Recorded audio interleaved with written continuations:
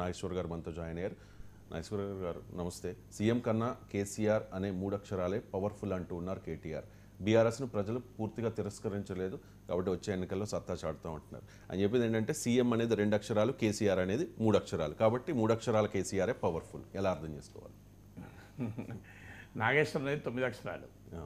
So నేను ఇంకా powerful ఇద్దరికన్నా. 3+2=5. నేను NAGESHWAR 9 అక్షరాలు. కేగుల కలిపితే 10 అక్షరాలు. నాకు 10 అక్షరాలు. సో నేను సీఎం కన్నా కేసీఆర్ కన్నా పవర్ఫుల్. మీకంటే నేను పవర్ఫుల్ అవుతాను రవిశంకర్. అలా లెక్కలేసుకుంటేలా. సో బీఆర్ఎస్ను పూర్తిగా తిరస్కరించలేదు అన్నది నిజం. నేను ఎన్నోసార్లు చెప్పాను. అసలు కేసీఆర్ పాలనపై కన్నా పార్టీ నాయకుల ఇంక్లూడింగ్ కేసీఆర్ యాటిట్యూడ్ల పైన ప్రజల రియాక్షన్ ఇది. బీఆర్ఎస్ ప్రభుత్వం పట్ల ప్రజల నిర్లిప్తత రియాక్షన్ ఇది. అందువల్ల నేను లెక్కలతో సహా మీకు పోస్ట్ పోల్ స్టడీ ఉదాహరణ చేసి కూడా చెప్పాను. లోక్నీతి CSDSల పోస్ట్ పోల్ స్టడీ ప్రకారం కేసీఆర్ పాలనపై పూర్తి సంతృప్తి చెందిన వాళ్ళలో కూడా 11% కాంగ్రెస్కి ఓటేశారు. ఎందుకు ఓటేశారు? నిర్లిప్తత, ఫ్యాటిక్ అంటారు, యాటిట్యూడ్. 10 ఏళ్ళు ఇచ్చేవరకు ఇట్లా తయారయ్యారు, వీళ్ళ యాటిట్యూడ్ మారాలి అని. వాళ్ళు పనిచేశారా లేదాతో సంబంధం లేదు, వీళ్ళ యాటిట్యూడ్కు ఏదో ఒక రిజెక్షన్ ఉండాలి అని. మీకు ఈ ధోరణి ఇప్పుడు కాదు రవిశంకర్ గారు, దుబ్బాక బై ఎలక్షన్లోనే కనబడ్డది. దుబ్బాక బై ఎలక్షన్లో బీజేపీ గెలిచినప్పుడు నేను ఆ రోజు చేసిన విశ్లేషణ మీరు చూడండి, యూట్యూబ్లో ఉంటుంది. ఇది కేవలం కేసీఆర్కు ఒక దక్కా తగలాలి అనేటువంటి రీతిలో ప్రజలు తీర్పు చెప్పారు. కోపంతో కాదు, వ్యతిరేకత, తిరస్కారం కన్నా కూడా ఒక్కసారి తగలాలి అని బీఆర్ఎస్ ఓటర్లు కూడా ఓటు వేశారు బీజేపీకి. ఈ దెబ్బ రెండోసారి మాకు హుజూరాబాద్లో తగిలింది, అంతకు మీకు GHMCలో తగిలింది ముందు. సో 3 దెబ్బలు చాలా క్లియర్గా మనకు కనబడ్డది. ఏంటి? బీఆర్ఎస్కు GHMC ఎన్నికల్లో అంత దెబ్బతిన్న బీఆర్ఎస్ అసెంబ్లీ ఎన్నికల్లో మంచి విజయాలు సాధించింది. అంటే అర్థం ఏంటి? ప్రజలు హైదరాబాదులో బీఆర్ఎస్ తిరస్కరించలేదు. అప్పుడు కూడా ఒక దక్కా తగలాలి, ఒక దెబ్బ తగలాలి, తగిలితే సుతాయిస్తుంది అంటారు తెలంగాణలో. సో ఆ రకమైన ధోరణి ప్రజల్లో ఉండే.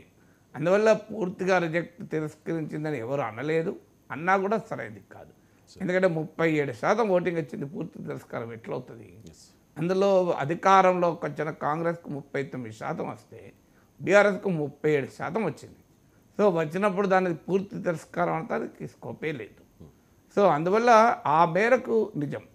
కానీ సీఎం అన్న 2 అక్షరాల కన్నా కేసీఆర్ అన్న 3 అక్షరాలే బలం అంటే వితిన్ ద బీఆర్ఎస్ నిజం. అది బీఆర్ఎస్లో కేసీఆర్ అన్న 3 అక్షరాలే పవర్ఫుల్. కానీ రాష్ట్రంలో ప్రజలు ఎన్నుకున్నటువంటి ముఖ్యమంత్రిని మనం గౌరవించాలి ఎప్పుడైనా. ఇప్పుడు PM కన్నా నేనే పవర్ఫుల్ అని రాహుల్ గాంధీ అంటే కాంగ్రెస్లో పవర్ఫుల్ అవుతారు. PM is PM, CM is CM. వాడు ఎవరన్నా కూర్చొని. సో ఇప్పటికీ రేవంత్ రెడ్డి ముఖ్యమంత్రి అయ్యాడన్న వాస్తవాన్ని బీఆర్ఎస్ అంగీకరించలేకపోతుంది, జీర్ణించుకోలేకపోతుంది అన్నది ఇదొక ఉదాహరణ కదా. ఎందుకంటే కేసీఆర్ ఇప్పటికీ పవర్ఫుల్ అన్న దాంట్లో ఎవరికి డిస్ప్యూట్ లేదు. కేసీఆర్ పొలిటికల్ స్టేచర్ను ఓడిపోయినంత మాత్రాన తక్కువ చేసి చూడకూడదు. తెలంగాణ రాష్ట్ర సాధనకు కీలకమైన నాయకత్వం వహించింది కేసీఆర్.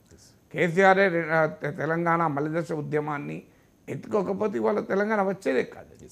సో 10 సంవత్సరాల పాటు తెలంగాణ ముఖ్యమంత్రిగా ఒక జాతీయ స్థాయిలో కూడా గుర్తింపు ఉన్న ఒక పెద్ద నాయకుడు.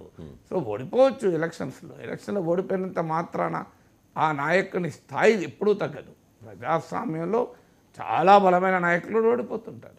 70 ఏళ్ళు ఇందిరాగాంధీ ఓడిపోయింది రాయబరేలీలో, దేశమంతా ఓడిపోయింది, ఉత్తర భారతదేశం ముఖ్యంగా. నేను 3 ఏళ్ళు తిరగముందు 80లో అధికారంలోకి వచ్చింది. అందువల్ల ఓడిపోయినంత మాత్రాన ఒక పార్టీని కానీ ఒక నాయకుని కానీ తిరస్కార భావంతో చూసేటువంటి రాజకీయ సంస్కృతి అప్రజాస్వామికమైంది, అన్రియలిస్టిక్ కూడా.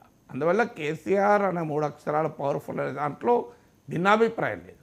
సో తెలంగాణ సమాజంలో ఆ మేరకేస్తే తెలంగాణ చరిత్రలో కూడా కేసీఆర్ అనే 3 అక్షరాలకు ఒక సుస్థిరమైన స్థానం ఉంటుంది.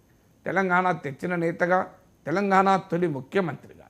కానీ దాన్ని సీఎంతో పోల్చి చెప్పడంతో ఆ గౌరవాన్ని బీఆర్ఎస్ పోగొట్టుకుంటారు. ఆ పని చేయడం ద్వారా ఏమవుతుంది? కంపారిజన్ చేసినప్పుడు ఆటోమేటిక్గా విమర్శలు వస్తాయి. దానికన్నా కేసీఆర్ అన్న 3 అక్షరాలు పవర్ఫుల్ అంటే దాన్ని ఎవరు వ్యతిరేకించలేరు, వ్యతిరేకించినా సరేది కాదు. కానీ మళ్ళీ సీఎంతో అంటే సీఎం అనేది ఎన్నికైన పదవి, కేసీఆర్ అనేది ఒక వ్యక్తి పేరు.